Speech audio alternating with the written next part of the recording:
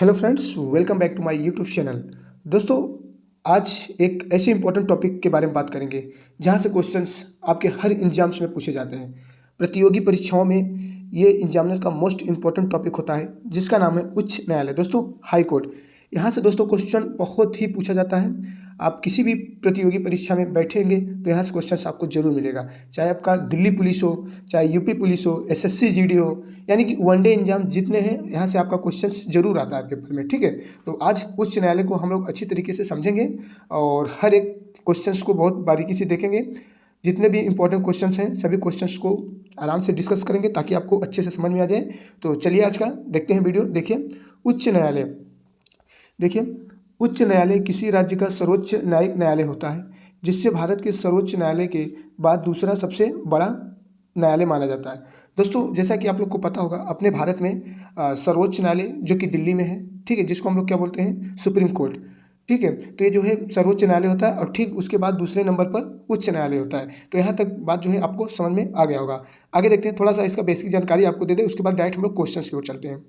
देखिए, अब इसका मुख्य काम क्या होता है, प्रमुख काम देख लेते हैं। देखिए, उच्च न्यायालय के प्रमुख कार्यों में मौलिक अधिकारों की रक्षा करना, निचली अदालतों के फैसलों के खिलाफ अपील सुनना और अधीनस्थ न्यायालयों पर प्रशासनिक नियंत्रण रखना। तो इसका जो है उच्च न्यायालय का यही मुख्य काम होता है। तो ये थी बेसिक जानकारी हाई कोर्ट के बारे में। तो अब हम लोग देखते हैं डायरेक्ट क्वेश्चन। ठीक है, क्वेश्चंस वन लाइनर रहेंगे, डायरेक्ट हम लोग क्वेश्चन देखेंगे। ठीक है, तो देखिए, अब जितने भी इंपॉर्टेंट क्वेश्चंस हैं, मात्र आपको जो है छोटी सी वीडियो में हाई कोर्ट का टॉपिक जो है समाप्त हो जाएगा। जितने भी इंपॉर्टेंट आर्टिकल्स हैं इससे जुड़े उसको भी हम लोग देखेंगे और जो इंपॉर्टेंट पॉइंट है, की पॉइंट है, वो भी देखने वाले हैं। ठीक है, अब देखते हैं दोस्तों क्वेश्चन। देखिए, पहला क्वेश्चन है, इलाहाबाद उच्च न्यायालय का गठन कब हुआ था? तो वर्ष 1866 में जो है इलाहाबाद उच्च न्यायालय का गठन हुआ था। फ्रेंड्स, क्वेश्चंस वन लाइनर रहेंगे जो कि बहुत ही इंपॉर्टेंट क्वेश्चंस हैं। आप इस वीडियो को देखिएगा, मात्र लगभग 7-8 मिनट का वीडियो रहेगा। आपका जो है हाई कोर्ट यहाँ से कंप्लीट हो जाएगा। ठीक है, उच्च न्यायालय से जितने भी इंपॉर्टेंट क्वेश्चंस बनते हैं, चाहे आपका आर्टिकल से हो और क्वेश्चंस हो, सभी जो है यहाँ से कंप्लीट हो जाएंगे।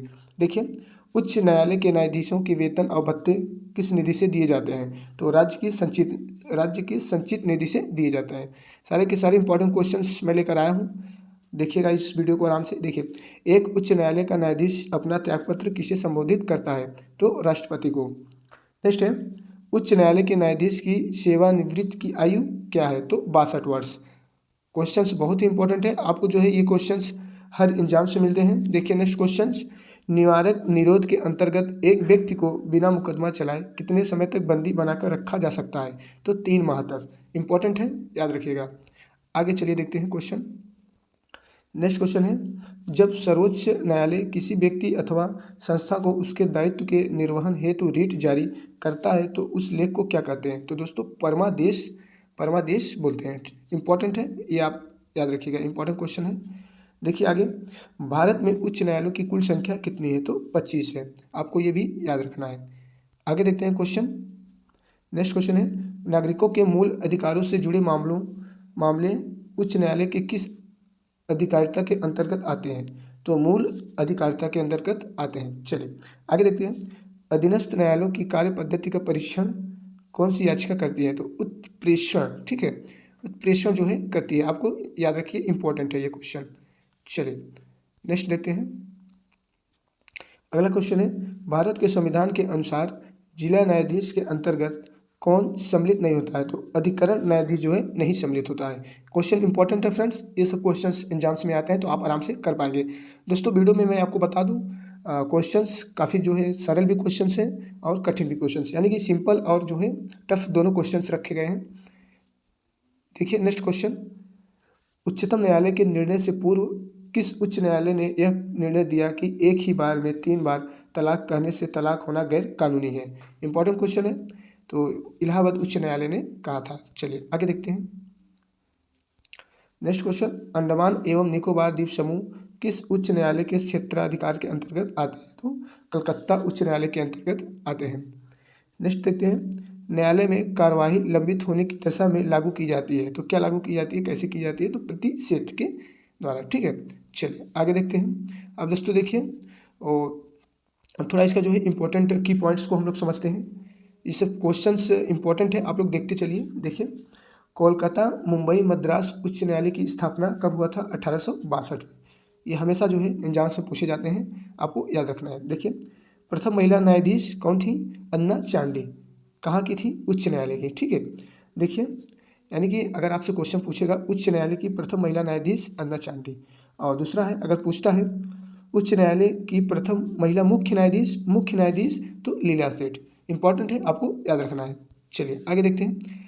अब देखिए, इससे जुड़े जितने भी आर्टिकल हैं इंपॉर्टेंट हैं, उसको हम लोग समझते हैं। देखिए, उच्च न्यायालय से संबंधित अनुच्छेद। देखिए, आर्टिकल 214 क्या है? राज्यों के लिए उच्च न्यायालय की व्यवस्था। आर्टिकल 214 में बताया गया है। आर्टिकल 216 में उच्च न्यायालय का गठन। 217 में क्या है?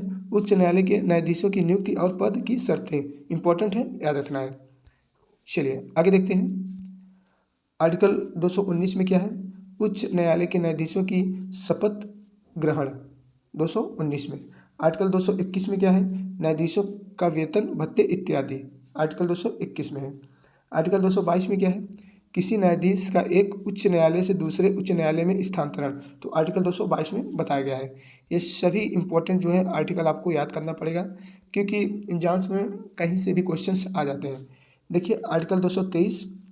दोस्तों, मैं आपको एक बात बता दूं, ये वीडियो जो है, वीडियो में जो क्वेश्चंस बताए जा रहे हैं टॉपिक, तो आप जो है जितने भी प्रतियोगी परीक्षाएं हैं, जैसे आपका जो हो गया Delhi police, UP police, UPSI, SSC, GD और भी स्टेट के एग्जाम, सेंट्रल के एग्जाम होते हैं, सभी के लिए जो है ये वीडियो इंपॉर्टेंट है। आप इस वीडियो को देख कर जाइएगा। लगभग आपको 80% 80 से 90% क्वेश्चन अगर इस टॉपिक से आएगा तो आपको जो है इस वीडियो से देखने को मिल जाएगा।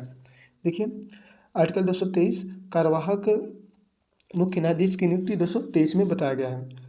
आर्टिकल 226 में क्या है? कुछ रीट याचिकाएं जारी करने की उच्च न्यायालय की शक्ति है। ठीक है, देखिए, आर्टिकल 231 में क्या है? दो या अधिक राज्यों के लिए एक साझा उच्च न्यायालय की स्थापना। तो ये इंपॉर्टेंट है, सभी के सभी आर्टिकल्स बहुत ही इंपॉर्टेंट है।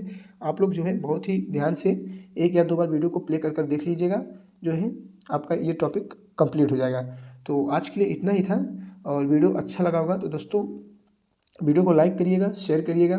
और फिर से मैं एक बार आपको बता दे रहा हूँ, इस वीडियो को जो है आप अच्छे से देखिएगा, ताकि एक ही बार में जो है क्वेश्चन सारे जो है कंप्लीट हो जाए, दिमाग में सेट हो जाए। तो चलिए मिलते हैं नेक्स्ट क्लास में। जय हिंद, जय भारत।